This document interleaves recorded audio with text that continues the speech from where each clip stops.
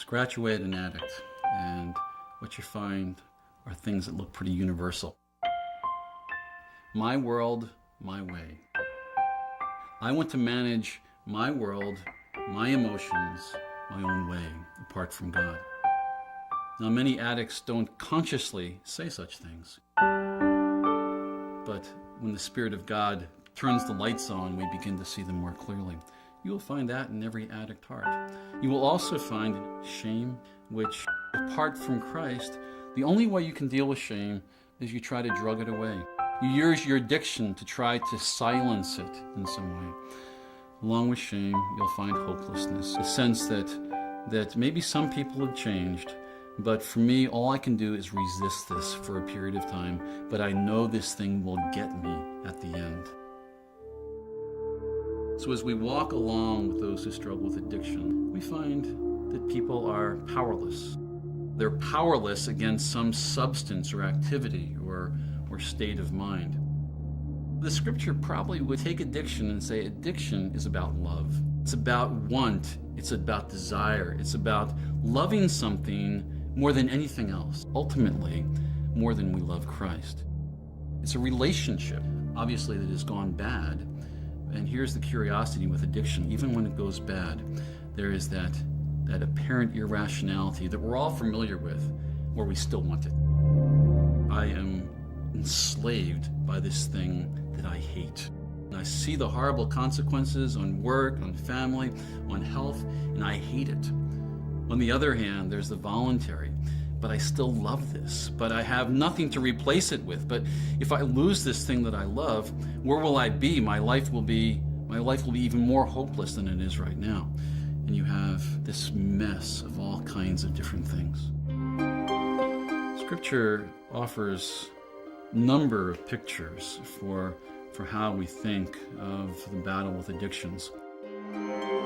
Here it is. Here's this crossroad, and the crossroad will lead toward the darkness or it will lead toward the light. The curious question is, but why do we instinctively go to the darkness? When darkness is about death, darkness is about isolation, darkness is about shame, darkness is about humiliation. In contrast, Scripture, by way of ultimately the voice of Christ, is a voice of a shepherd who woos the sheep back to himself with his own beauty, with his own self-sacrificial love. He calls us back to the light, which at first doesn't sound that good because it exposes our hearts. But when we know there's forgiveness of sins, and we know there is fellowship and unity and relationship, all the things that we were striving for before, it makes the path look pretty good.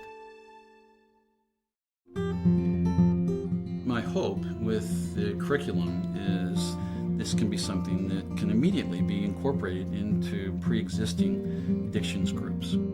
For churches that don't have groups, it's ready to go. It's, do you have a person who struggles with an addiction within your church? If you do, all you need is one other person to walk alongside of them, a friend who can walk alongside. And there's your small addictions group.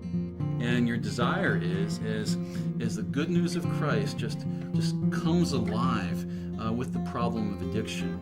You can't keep that information to yourself. And it could well be, there will be a number of groups that are started in churches. But in some, they'll just happen organically as this takes root in different individuals' hearts. One of the great promises of Scripture is that the Lord comes to us as Emmanuel. He is the one who's lofty and exalted, who sits on the throne and rules, but he's also the one who comes very close to the contrite and those who have been broken and hurt. And he comes to us as Emmanuel, God with us. So there's a certain amount of awe that we live with, recognizing Emmanuel, God with us. But there's also this sense that we are never alone. And isn't there fear in every single addict's heart? Wanting a world that they can manage, but knowing full well that it's impossible to keep the horrors of the world at bay. What a great thing it is to know that we have God with us in the midst of those fears.